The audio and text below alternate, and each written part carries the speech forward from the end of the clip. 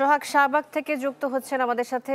সোহাগ, এই মুহূর্তে র্যালি কোথায় রয়েছে এবং র্যালিটি কি শেষ হয়েছে কিনা, যাত্রা শেষ করেছে কিনা জানাবেন। শান্তা, র্যালিটি মাত্রই সমাপ্ত ঘোষণা করে বিএনপির মহাসচিব মির্জা ফখরুল ইসলাম আলমগীর। র্যালিটি কিছুক্ষণ আগেই পুরো মৎস্য ভবন, বিজয়নগর এবং প্রেস ক্লাব হয়ে শাহবাগে এসে কিছুক্ষণ আগে সমাপ্ত ঘোষণা করেছে বিএনপির মহাসচিব মির্জা ফখরুল ইসলাম আলমগীর। আমার পেছনে যে গাড়িটি দেখতে পাচ্ছেন ঢাকা বিশ্ববিদ্যালয়ের দিকে প্রবেশ করছে, সেই গাড়িতেই কিন্তু অবস্থান করছেন বিএনপির শীর্ষ নেতৃবৃন্দের একটি বহর, যেখানে বিএনপির মহাসচিব মির্জা ফখরুল ইসলাম আলমগীর, সালাউদ্দিন আহমেদ, মির্জা আব্বাস সহ প্রায় শীর্ষ পর্যায়ের সকল নেতৃবৃন্দ আছেন। এছাড়াও পেছনে পেছনে বিএনপির তৃণমূল পর্যায়ের নেতৃবৃন্দরা কিন্তু এই শাহবাগে এসে মির্জা ফখরুল ইসলাম আলমগীরের বক্তব্যের মধ্য দিয়ে আজকের যে বিজয় র্যালি বিএনপির, সেই বিজয় র্যালির সমাপ্তি ঘোষণা করা হয়েছে। যেহেতু এই দীর্ঘ পথ ধরে, প্রায় কয়েক কিলোমিটার পথ ধরে বিএনপির আজকের এই র্যালিটি হয়েছে এবং র্যালি চলাকালে পুরো সড়কে যান চলাচল বন্ধ থাকার কারণে এখন কিন্তু আমরা দেখতে পাচ্ছি এই সড়কগুলোর আশেপাশে যে সড়কগুলো আছে সবগুলো সড়কেই যান চলাচল কিছুটা স্থবির হয়ে আছে এবং যার ফলে ব্যাপক যানজট সৃষ্টি হয়েছে। বিএনপির নেতৃবৃন্দরা যারা এই র্যালিতে অংশগ্রহণ করেছেন তারা কিন্তু বিক্ষুব্ধভাবে এখান থেকে চলে যাচ্ছেন। আমরা দেখতে পাচ্ছি এরকম কয়েকজনকে। আমরা বিএনপির শীর্ষ নেতৃবৃন্দের মধ্যে একজন, আজকের অন্যতম একজন নেতৃবৃন্দ হচ্ছেন সালাউদ্দিন আহমেদ। আমরা তার সাথে একটু কথা বলবো। আজকের র্যালি থেকে স্যার আপনাদের আজকে তো আমরা ফ্যাসিবাদের পতন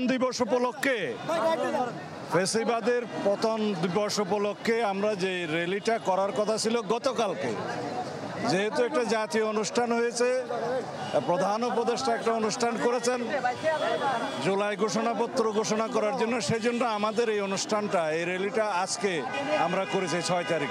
এটা মূলত ফ্যাসিবাদের পতন উপলক্ষে, বর্ষপূর্তি উপলক্ষে বিজয় র্যালি।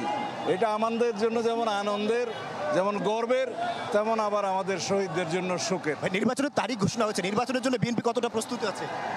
আমরা তো নির্বাচনমুখী দল, আমরা সবসময় প্রস্তুত থাকি। এটা শুধু একটু হালনাগাদ করতে হয় সমস্ত প্রস্তুতি। এখন আমরা ম্যানিফেস্টো, নির্বাচনী ইশতেহার ইত্যাদি প্রণয়নের জন্য আমরা মনোযোগ দেব এবং নির্বাচনী এলাকা ভিত্তিক আমরা প্রার্থী সিলেকশন, অন্যান্য কাজকাম যা আছে সাংগঠনিক এবং রাজনৈতিক, সেগুলো গুছিয়ে নেব। আগামীর বাংলাদেশে কতটা বৈষম্যহীন বাংলাদেশ বিএনপি প্রতিষ্ঠা করবে এবং কি ধরনের বাংলাদেশ বিএনপি চায়?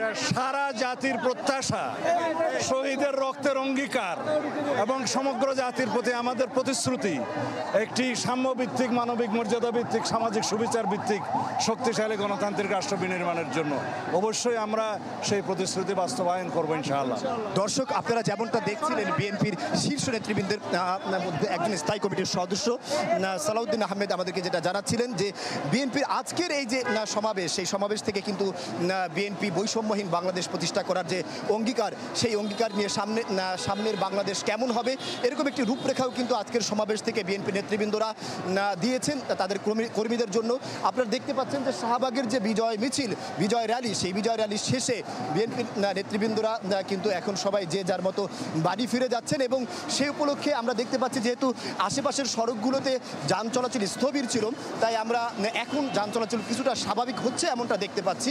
আজকের র্যালি পুরোপুরি শেষ হয়েছে এবং র্যালিটি পুরোপুরি সফল হয়েছে এমনটাই দাবি করছেন বিএনপি নেতৃবৃন্দ। শান্তা। সোহাগ, ধন্যবাদ আপনাকে যুক্ত হবার জন্য। আহমেদ সোহাগ আমাদেরকে জানাচ্ছিলেন শাহবাগ থেকে জুলাই গণ অভ্যুত্থানের বর্ষপূর্তিতে বিএনপির বিজয় র্যালি শাহবাগ থেকে, সেখানকার চিত্র জানাচ্ছিলেন এবং বিএনপি নেতারা, বিএনপি মহাসচিব মির্জা ফখরুল ইসলাম আলমগীর কথা বলেছেন, সেখানে বিএনপি নেতা সালাউদ্দিন আহমেদও কথা বলেছেন, জানাচ্ছিলেন যে তাদের র্যালিটি সফল হয়েছে।